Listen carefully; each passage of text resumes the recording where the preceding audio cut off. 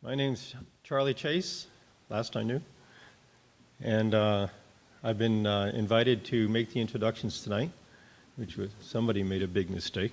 So, Lisa Taylor and I have been friends for quite a long time. We first met when we were invited to become part of a writers group, something like 18 years ago, and so we've known each other ever since because we've stayed in the group, and the group started off at a friend's house, and after about a year it moved to Lisa's house, and so every month a bunch of us show up and climb the stairs up to her house. If you've ever been there, you'll know what that involves, about 5 million steps, and a couple hours after we get there and everybody's finally caught their breath, then we start our critiques and our readings. So, and then I met Geraldine for the first time when she came over to visit Lisa, and didn't get to spend a lot of time with her until we went out to the Wadsworth Athenaeum, and found just what a special person she is, a wonderful sense of humor and a sharp intellect. We were having a blast. I was rolling with laughter. It was a fun time. So, my pleasure to be here. So, I'll read from the paper here. This, by the way, you'll hear a lot of credits. This is just a smattering, particularly in Geraldine's case. I was looking at the cover of her first book of short stories, and it just went on and on with all the prizes and awards that she's gotten. It's quite impressive list. So this is just a sampling. Geraldine Mills is a poet and a short story writer who lives in Galway on the west coast of Ireland. She's the author of 2 published collections of short fiction, Lick of the Lizard and The Weight of Feathers, for which she was awarded an Arts Council bursary. Arlen in 4 collections of poetry, including Toil the Dark Harvest and An Urgency of Stars. Her writing has earned her the OKI Award, the Moore Medallion, the RTE Penguin Short Story Competition, and a Patrick and Catherine Kavanaugh Fellowship. She was named the Millennium winner of the Hennessy Sunday Tribune New Irish Writer Award. Her collaboration with Lisa Taylor was the Gerson Lecture Choice at the University of Connecticut in 2011. Her poetry and fiction have been taught at the University of Connecticut and at Eastern Connecticut State University. Lisa Taylor is the author of 4 collections of poetry, most recently Insufficient Thanks. Mills and Taylor struck up a friendship at the Cape Cod Writers Conference in 2008. The following year, Lisa was awarded a Cerdna Arts Teaching Fellowship to travel to Ireland to explore landscape, culture, and folklore with Geraldine. In the fall of 2009, Geraldine traveled to Connecticut to teach workshops, read, and experience Lisa's landscape. The result is a co-authored book, The Other Side of Longing, published by Arlen House and Syracuse University Press in 2011. Mills and Taylor delivered the Gerson Lecture in 2011 at the University of Connecticut, and their book was taught in Irish contemporary literature classes. Lisa's work has been nominated for the Pushcart Prize and the L.L. Winship Penn New England Award. She has taught part-time at Eastern for 5 years. Please welcome Lisa C. Taylor and Geraldine Mills.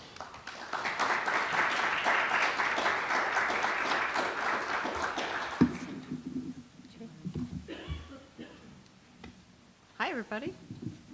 Great to see so many familiar faces.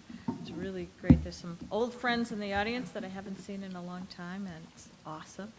You're not that old. There's some young, old friends in the audience. And as I get older, they get younger. It just kind of works like that. Yeah, it does. So we thought we'd start out tonight, and thank you, Charlie, for that introduction, telling you a little bit about what happened when we went and spent a month I spent a month, but we spent a week together in a stone cottage in a little town called Carna, which is really wild It's an Irish-speaking town. It's on the west coast of Ireland in a place called Connemara. And you're going to hear a little bit about that because we're going to read you a little bit from our joint collection, and then we're going to kind of go off onto our own separate work because we both do a lot of our own work. But we wanted to just tell you about, it was just really a charmed time where it was a leap of faith to do this in the first place. I was funded through the Serdner Fellowship, and we didn't know each other very well. Not a bit. Not a bit. So later we found out all the stories, like, you know, I was very worried that I would offend her and I would do something ridiculous, and she was certainly going to be very religious and I would offend her immediately. And you told me, what was it you told me about that you thought I would come with my own boombox or something? Well, yes, and it should be up in the middle of the night. But the thing about it was, I had a car. I knew if things got really bad that I could nip off home, but Lisa was stuck in the middle of Carna. So I think I had the better deal there. You did have the better deal. But it didn't happen that way. No, much the contrary. It was actually really a lovely, wonderful time, and resulted in this amazing book and great things that happened as a result of the book. And we got to tour last year. This time, we were just saying, last year at this time, we were doing the Other Side of Longing World Tour. We started in Galway, yes, at the Galway Library, and we launched the book, and we read in a bunch of places in Ireland, did some radio shows, and then she came here. We read in New York City, in Boston, Cape Cod, Madison, Wisconsin. Yeah. So it was just a charmed time. So it was exactly this time of year a year ago. Yeah. And I cannot believe that I've got a chance to come back again. So it's a great opportunity for me. This time I got to see some of the West Coast.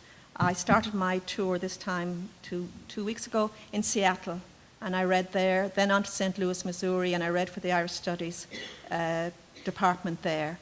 And then I came home to Connecticut, which feels a bit like home now. And I understand those steps, Charlie, but for me, they take me off down into the woods when I want to go out and walk along the road. And I just want to thank Lisa and Ross for once again being wonderful hosts and having that room ready for me when I come each time. I would also like to thank Eastern Connecticut State University for inviting me tonight, and Culture Ireland for supporting my travel. So for me, it's a great occasion to be back reading with Lisa, and I hope that we continue to do so, or whatever our future brings, that we have some sort of connection, because we have made very strong connections over the time. Shall I start then? Absolutely. What we're going to do is we're going to read some from The Other Side of Longing, because when we wrote, even though we wrote individually, we have themes that call and respond to one another. So we're going to read 3 poems each from that. Then I'm going to branch out a bit and I'm going to read some fiction, which I haven't done at Eastern Connecticut before, at Connecticut State University. So I'm going to read a short story. It will take a little while. And then Lisa will finish off reading some from our new collection and newer poems even again. She's been very busy writing poetry. I haven't really written much poetry since this book, but Lisa continues to produce high quality work on a regular basis. So when we were getting the book together, we started off by emailing one another, sending one another poems over email before Lisa came, and we tried to find themes that would fit together. One of the stories that came up for me when we started writing them was the fact that there was a strong connection with my family and America. From a very young age, my sister went to live in America because my aunt, who lived there since the 1930s, brought my sister over, as she brought over nieces and nephews, to give them work when things were difficult in Ireland. And what they sent back on a regular basis, my aunt and my sister, was the American parcel. I don't know if any of you know of the American parcel, but this was a huge thing for us in our family when this big brown cardboard box arrived. And when we opened it up, it was full of the most wonderful things. And my mother would save it until we came home from school, and it would be sitting there, and she would make a whole ceremony of opening it and lifting out the flaps, and we would just get that scent of America that came out of that box. And I still get it when I walk into Lisa and Ross's house. And nobody can tell me what it is, nobody can identify it, but for me it's that scent. And I call the poem Conquistadores, because we simply just plundered what came out of the box. And one or two little things that I mentioned, he-hiles, and that's what we used to call high heels. We used to invert it. And then standy-out slips were these very stiff slips that came for under our dresses. One of the things that my sister sent at one stage was something which we gave to my brother because we thought it was a remote razor, a battery-operated razor, and he spent days and days shaving himself to no avail until she finally told us that it was a nail buffer. So he was never going to make any headway with that. So that's just mentioned in the poem as well. And you'll recognize some of the other things as well. Conquistadores. Docked on the table's oilcloth like a ship at some foreign port, the American parcel landed to whoops of delight. Our mother unhitched each cotton knot, unfurled the sails of strong brown paper, tore back the cardboard flaps, let all hands dive in, plunder.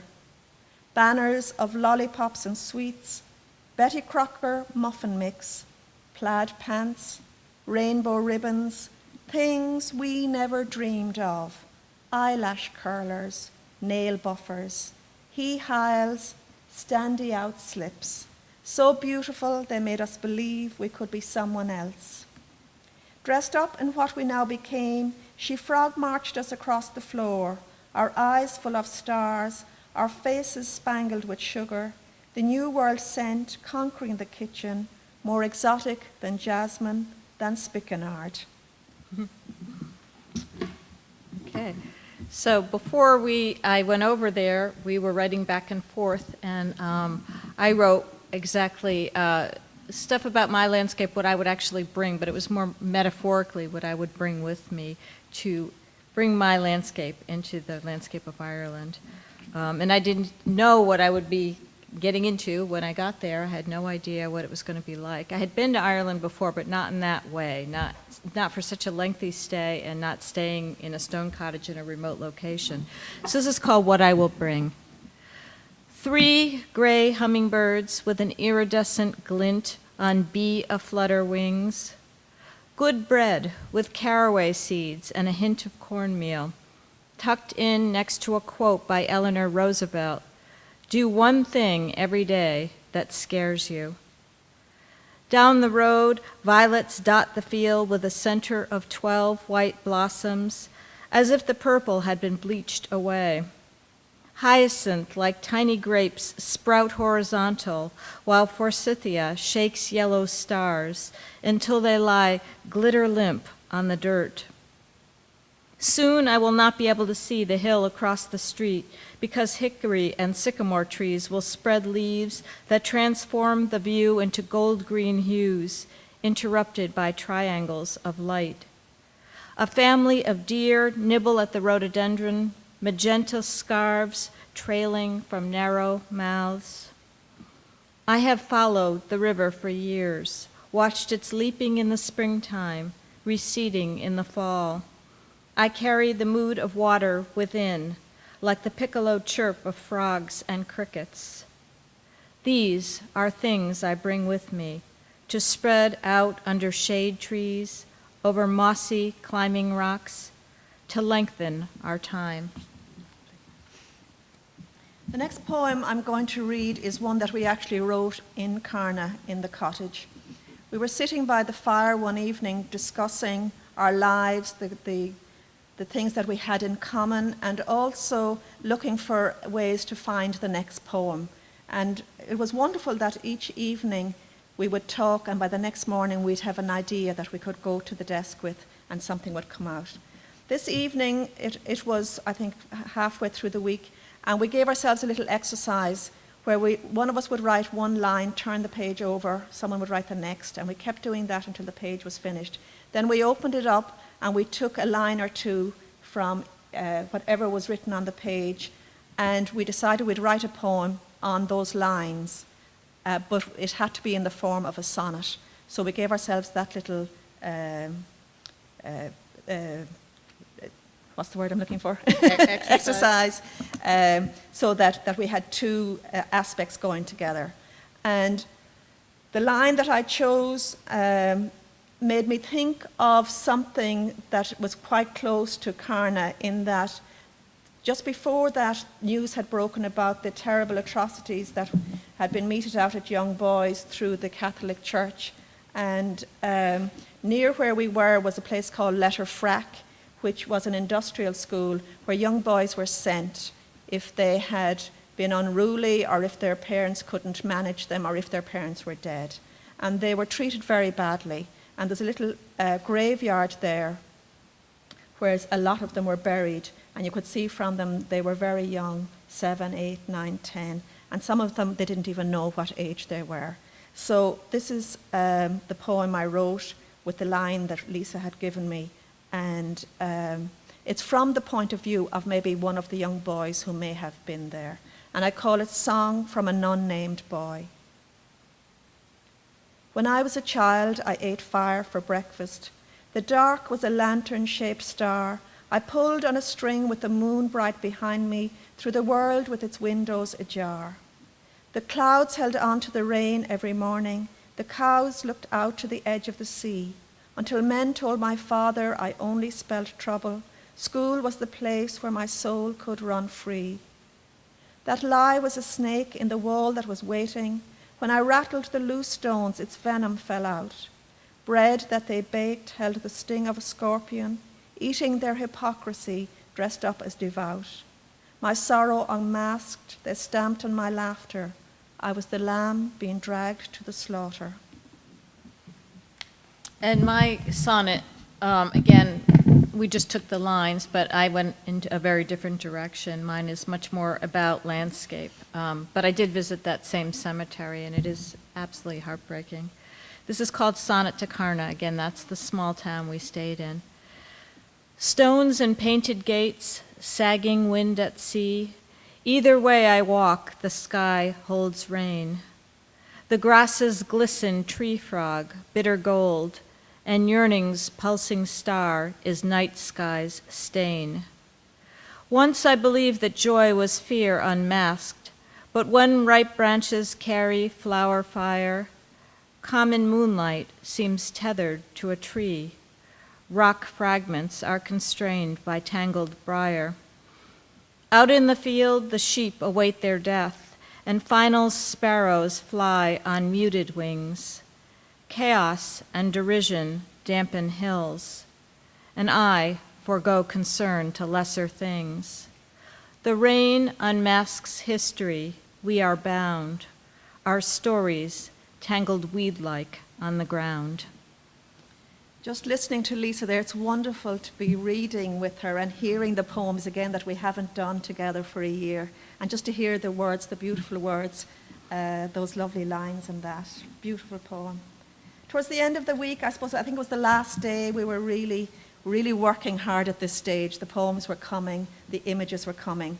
And throughout the week, one of the things I suppose that really coloured our day was the weather. If any of you know from Ireland, there can be a lot of rain even in the middle of summer.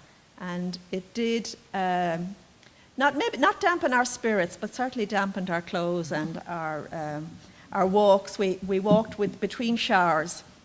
And in discussion, we would find how different the weather was for you as opposed to us, because you have big weather. We don't. We just have a sort of a damp, dreary rain that happens incessantly. And this poem came from that, the comparison, how weather and the elements affect us. The centre cannot hold. All night the wind has fought with our cottage. It wakes and unnerves a part of me that is unsettled by such noise as it is by all the colours of grey we must live with throughout these summer days. But your country has weather big enough for both of us. It tumbles an outermost house into the sea to careen on a foreign beach in Chatham, or a tornado whips up Dorothy into another state. Hurricanes with names benign as dimpled grandants come to tea and scones, but leave you stranded in their wake, flood you with their grief. A man once told me about the wind in Oklahoma. It flung their screen door into Sam Weller's garden, whipped one blade of straw from the barn and drilled it right through the glass of their kitchen window. It held there, needle straight, the pane intact, lights blown, food in the icebox melting. Before its contents folded onto the floor, they were allowed eat all at once, pistachio, dark chocolate, black cherry, while the straw lodged tight in its place, breaking their mother's back. Our lives are built on vagaries of weather. One well-aimed gust and the sandbars of memory crumble at our feet. It's funny that you say that the weather in this country is bigger, and I guess in some ways it is more dramatic, but boy, they definitely have the market on wind, because there were so many kinds of wind there that I just couldn't believe it. And when I was driving into Karna, I saw this church called the Church of Four Winds. And after staying in Karna, I realized there were way more than 4 winds. So this is the Church of the 6 Winds. In the night, the bleating goat wind comes calling, plaintive cry that seeps under the door until the animal is at my bedside, rubbing his white horned head against my pillow. And I want to give him hay, a promise, and a ring.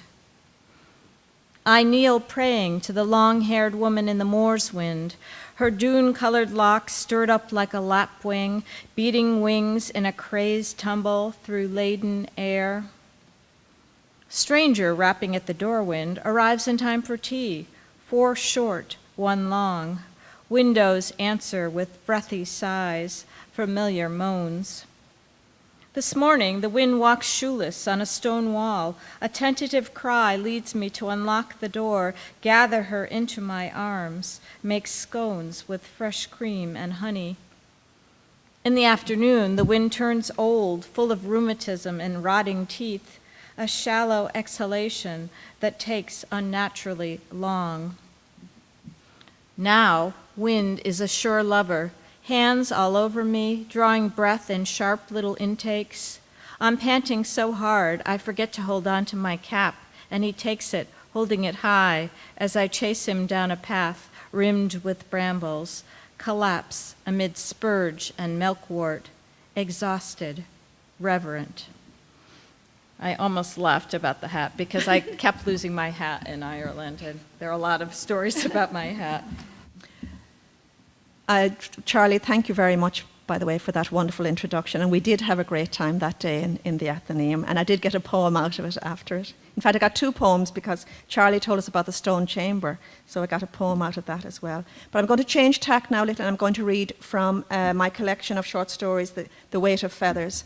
And even though much of my poetry is informed by my own personal history and the past, a lot of my fiction is pure imagination. And this story came one day when I was doing an exercise, and I was just thinking about what might fall out of the sky. The weight of feathers. A man fell out of the sky and into my garden. I found the slump of his body by the pomegranate tree when I went out to water the terraces. The evening burned itself into the mountain. There were feathers all around him, some stuck to his arms, some to his legs. A golden syrup of wax melted on his face. I thought he was dead until I touched some part of his shoulder, and a low groan came from his cracked lips. It took all my strength to half drag, half carry him into the kitchen. The room was cooler now, and dark too, because I had kept the shutters closed against the sun all day. I heaped him as best I could into the chair by the door, and he toppled there, his clothes torn, the wax making his arms look all smooth and hairless. I brought him a glass of water and lifted up his chin to drink. The evening closed in around us, and I could read grief in the heat that radiated from his body as his head flopped onto his chest. He drank nothing. I helped him into the spare room closest to the garden. This was where Mother had spent her end days. Little signs of her still clung to it. A faint scent of her talcum powder, beads hanging from the wardrobe handle, a book of unfinished word searches. Somehow I got him into her bed. His legs were so long they came over the edge of it, his feet all dirty, red sand under his toenails. I left him and went back to the kitchen to search for the little pink sponges that I used to moisten Mother's lips. As I upended jugs and pulled out drawers, I could still hear her chiding me for taking so long to find what was in front of my face all the time. I discovered them sitting in the blue mug by the preserving pan. I soaked one of them in cold water and took it to his blistered mouth. Eventually, something must have switched on in his brain because his sucking reflex kicked in and little baby feeding sounds came from his lips. "You're okay," I said. He opened his eyes. "Am I?" he whispered. "You landed in my garden." "Yes." My wings melted. "Do I need to contact anyone?" I said. "No. There was only my son. He fell into the sea." He lay back on the pillow and closed his eyes again. The exertion had brought beads of sweat onto his chest. I watched it rise and fall with his breathing, while outside I could hear a whole tree of plums ripening. Tomorrow I would have to start collecting them before the wasps got to them. The night was a hot cluster of cicadas as I sat through the long hours with him, feeling the same anxiety overcome me that I had during Mother's last days. How would I get him down to a doctor? What if he died on me? I was the first and the last house on the mountain, and no emergency service would ever find me in the labyrinth of roads once they turned left at the orange cellar. Mother always gave me such a hard time over my move here, right up to the last, her voice coming clearly to me still. "It's time you gave up this God-forsaken dust bucket. What will you have to show for but burnt, wrinkled skin, a broken back, and neither kith nor kin?" It was easy for her to say that. She hadn't invested everything in this farm like I had. I looked out at the burnt earth of the terraces. No rain for 5 months, the reservoir dangerously dry. No rain for months to come. I went and got the jar of goat's yogurt and soaked a flannel cloth in it, then placed it on the part of his shoulder that was blistered. He let out a small groan. I wasn't sure if it was relief or pain. I continued on for hours, soaking cloths and placing them on his collarbone, hoping it would ease enough for him to rest again. He cried out many times. I knelt beside him, watching his breathing become the morning light. Then I went back to my own bed and slept until the sun was high in the sky. I woke to hear something flapping in the corner. I jumped out and went to look, but there was nothing there. Hurrying down the corridor, I could hear him moan before I reached the door. The room smelled of goats. He wove in and out of this pattern for 2 days, drinking a little more each time until his eyes opened. I set my face to follow the wind. I set my courage to keep on following it, and it let me down, he said, as I placed another cloth on his shoulder. "Rest," I replied. "You've come a long way." The day after that again, he let me peel off the hard wax. It was like I was skinning him bit by bit. Little pieces that split as I removed and placed them in the basin by the bed, the imprint of his cells and veins on the underside, the pink, raw, hairless epidermis now exposed, new skin, skin of babies. I combed at feathers, the edges frayed, the veins threadbare, as I picked them from his hair and his arms. He looked like one of the chickens Mother plucked when I was a child. I hated the sight of them after she poured boiling water on the skin to soften it, pulled the feathers out one by one with her overworked hands, the room sickly with the smell of warm chicken, the look of intent on her face. Every time I looked at him now, I could see her, hear her even as he sat up in bed and slurped some water. That afternoon, when I went in to check on him, the sheets were rolled back and he was gone. I ran outside to find him sitting under the pomegranate tree, its green fruit split for want of water, exposing its anemic capsules. I hunkered down beside him, and he looked at me with the eye of one who didn't know who he was, who had no place to go and no place to call his own.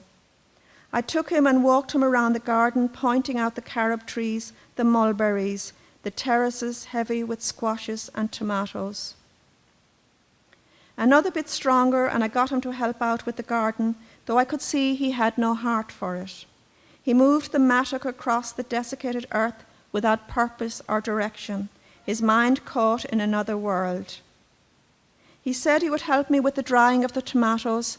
I gave him the knife to slice them, but when I told him we would be going up onto the roof of the barn to layer them out in single salted rows, he shook his head. He was all done with heights, he explained, and started talking.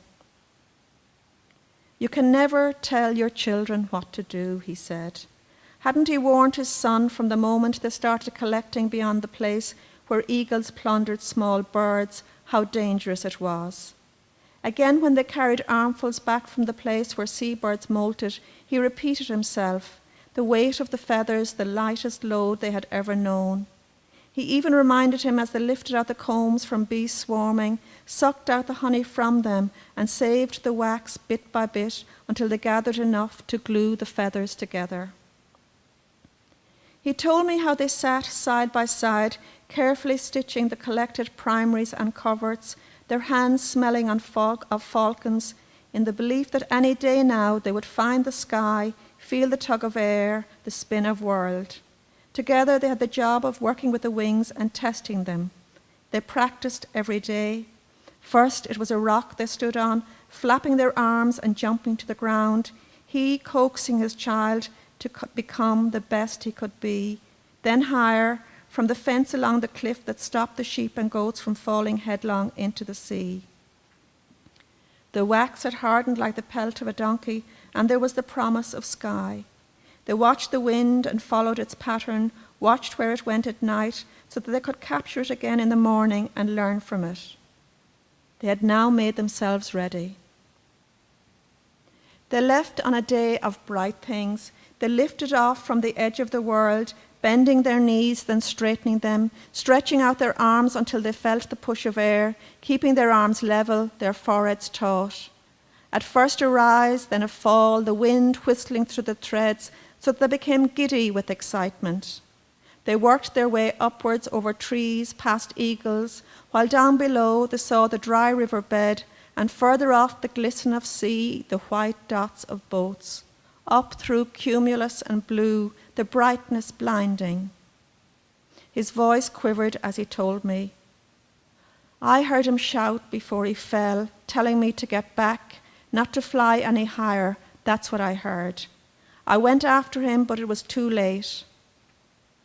I watched as he hurtled down below me, bits of him flying in every direction, saw the hole in the sea that took him. And then a wind came up and carried me across land, feathers falling off one another until there wasn't enough to hold me up anymore. There was nothing for it but to fall. He dropped his head into his chin. I didn't speak. Then he looked back up at me.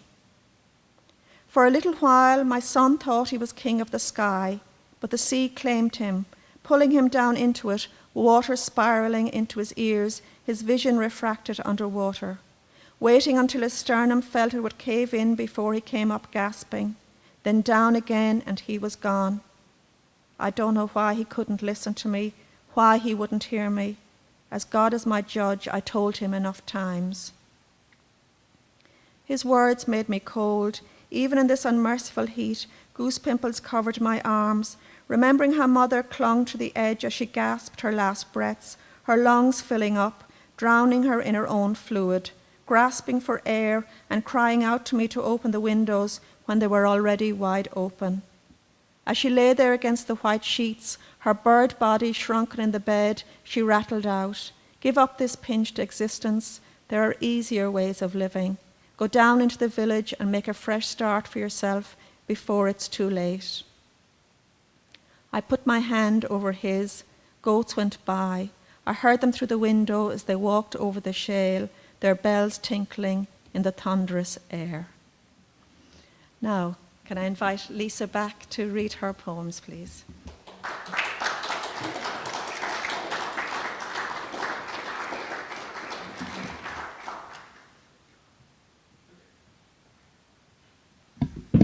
That was wonderful.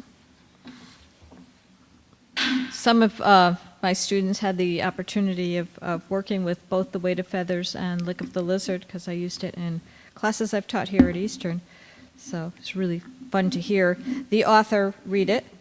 I'm going to read a few selections from my new book, which actually is hot off the press. I just got my author copies like 2 days ago. And it's called Insufficient Thanks. It's up, and also I should do the little, tell you that we have a book table there. Those are books by both Geraldine and myself. So if anybody's interested in books, we'll stick around at the end. This is called Green Voices, and it's from Insufficient Thanks. What I mean to say is that I view trees as absent parents, solid but growing somewhere that does me no good. And I come out of the anesthesia of childhood with vanilla ice cream on a tray, voices I don't recognize outside the room. Yet the ash tree has my loyalty. Yearning for weather that will upturn roots, its branches brush me off. And I figure I'm alone. May as well ask for seconds on the ice cream. Sign myself out of numbness and watch crows feast on roadkill. It soothes me to know that trees can't move, stand erect in any weather, distant but fertile. Look at us, they say in their green voices. We've witnessed years of upheaval. We can be patient. I try that trick when I'm alone. Stretch thin arms above the din, aloof, sublime.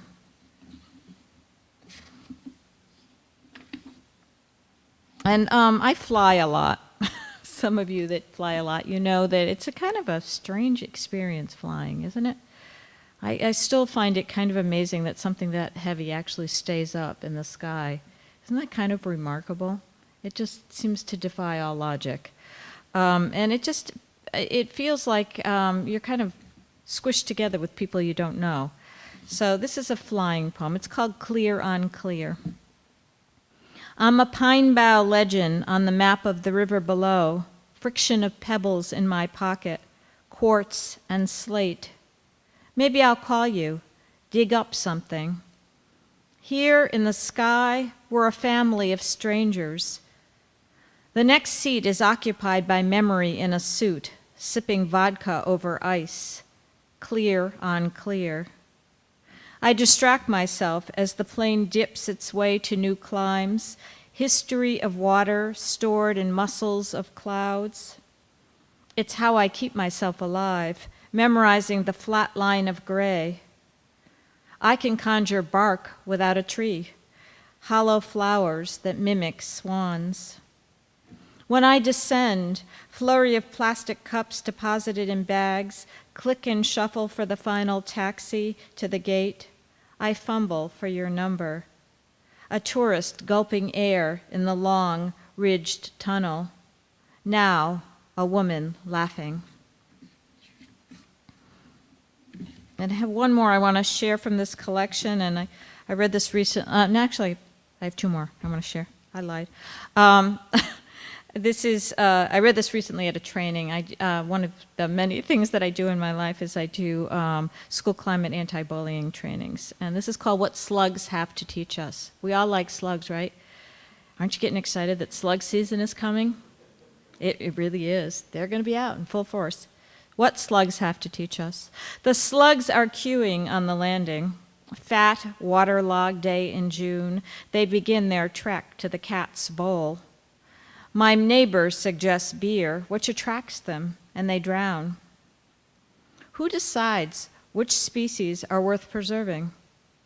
When a town is annihilated, we hear about soldiers, sympathizers, collateral damage. I easily kill a tick, but grieve the sparrow disemboweled by the cat. Garden slugs remind me of what I find repulsive. Slow-moving, bloated creatures feeding off spoils. Somewhere, a group cannot bear the sight of me, and this is how it begins. The justification that I am less human, and slugs less worthy than bumblebees, who are less worthy than butterflies and hummingbirds. So when I watch the stronger child push the smaller one, I see how beauty is elusive and kindness slight, spent carelessly. And again, that's from the new collection, and I have one more from the new collection, and it's called Shoreline Winter. It's hard to tell the difference between sky and sea today. A jagged line of snow competes. Horizon, liquid, solid, and something in between. The way that darkness and light compromise in midwinter. Afternoon, a murky version of early morning. The world becoming simpler. A decision to wear galoshes or splash whiskey into a cup of tea. Everywhere, vague beauty, halo of mist, undertow, and untouchable creatures below the surface, where once I ventured, curious and unbroken. And I want to end my reading tonight with some new work, because I always like to do that. I have a new collection. I do write a lot. I have a new collection, mostly finished. It still has some work. And these are some poems from my new collection. This is called Ache Boulder. I really do experiment with how to use words in different ways, and I do experiment with form as well. I just think there's no end to the ways that you can use language when you write, both in short story and in fiction and in nonfiction too. So I think it's when students say to me, "Oh, I have nothing to write about," and they know if they've had me as a professor that I don't really like that too much, because you can write about anything, and ideas are everywhere. You just have to open your eyes and look around. So this is called Ache Boulder, and I was really trying something different. I don't think it's like anything else I've written, but you be the judge. Thankfully, I spent my childhood locked in the trunk of a Ford, memorizing the texture of car mats, lug wrenches, the bitter smell of rubber. It's what I build a life from, until my release on June 24th, 1982. Then, drunk on lilacs, a variance of gray, like an ache, boulder, grandmother, I invented sisters, Peony and Cirrus, real in the way we're all real, loved raw, shiny from anger, with nimble fingers that could unlatch, help me tumble from confinement into the dangerous stronghold of the world. So it was just fun. I had this idea because I was walking down by the Fenton River, and there were all these abandoned cars there. And I just had this idea of what if somebody was in the trunk like their whole life and then they came out? I don't know. I have weird thoughts, What can I say? I know you all have thoughts like that, right? Yeah. This is called Enclosure, and it's a pantoum, and we actually wrote pantoums in my class. It's one of my favorite forms. I'm not a big form poem person, but anybody who's ever had me teach them knows I make them do pantoums. And I like it because of the haunting quality of it. It uses a lot of repetition. It's really got a haunting quality. It's called Enclosure. Stalwart trees guard my neighborhood at night, like the stockade fence that lined my childhood yard. Once the town was narrow, cold with fight, the bark of birch and oak, pitted and scarred. The careless stars look close enough to touch, like the stockade fence that lined my childhood yard. Some things I reach for as if to finally clutch, the bark of birch and oak, pitted and scarred. I hum when I'm alone on winter days. The careless stars look close enough to touch. Variegated warmth, the open hearth ablaze. Some things I reach for as if to finally clutch. A scrape of branches clawing at the glass. I hum when I'm alone on winter days. Outside the gray and a parade of contrast, variegated warmth, the open hearth ablaze. In the hopelessness of March, you gave me roses, a scrape of branches clawing at the glass, sudden blooming fragrance of proposal, outside the gray and a parade of contrast. My father walked me down the summer aisle. In the hopelessness of March, you gave me roses, pewter vase, thorn, blossom and beguile, sudden blooming fragrance of proposal. Space between the maples framed the sky. Once the town was narrow, cold with fight. Unbroken blue and white, my alibi. Stalwart trees guard my neighborhood at night. So it kind of comes around. The first line is always the last line. It's a really neat form. So if you have never tried it and you love writing poetry, and I know you all do, right? And I have one more that I'm going to close with. It's probably not the happiest poem to close with, but oh well. It's called Under the Bridge.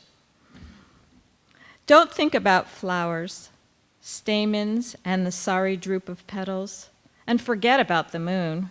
Blemished orb, elusive behind dirty clouds, gelatinous slither of creatures without faces.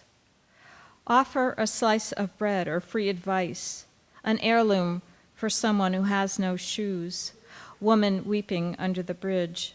She's down to $2 and change. Fears dogs will find her, or she'll fall on broken bottles, bleed into puddles, and the reservoir will carry her blood to the other side. Kayakers in yellow slickers, a curly-haired toddler with a plastic shovel, finding an empty blouse. Look, Mama, a flower. And the mother will take it, whisper it back to the current, odoriferous water, mussel shells, the life cycle of a rose. And the ending, don't consider it, because this isn't your story. You can walk home the long way. Don't even need a flashlight. It was a fun poem to write because I was trying to comment on the poem within the poem, and that's, just an idea I had of trying to have the poem be conscious of itself and actually invite you as the listener into the poem and having a say in the outcome. Thank you very much, and we'll hang around, and there are books over there, so I really appreciate your good attention, and yeah, it's okay.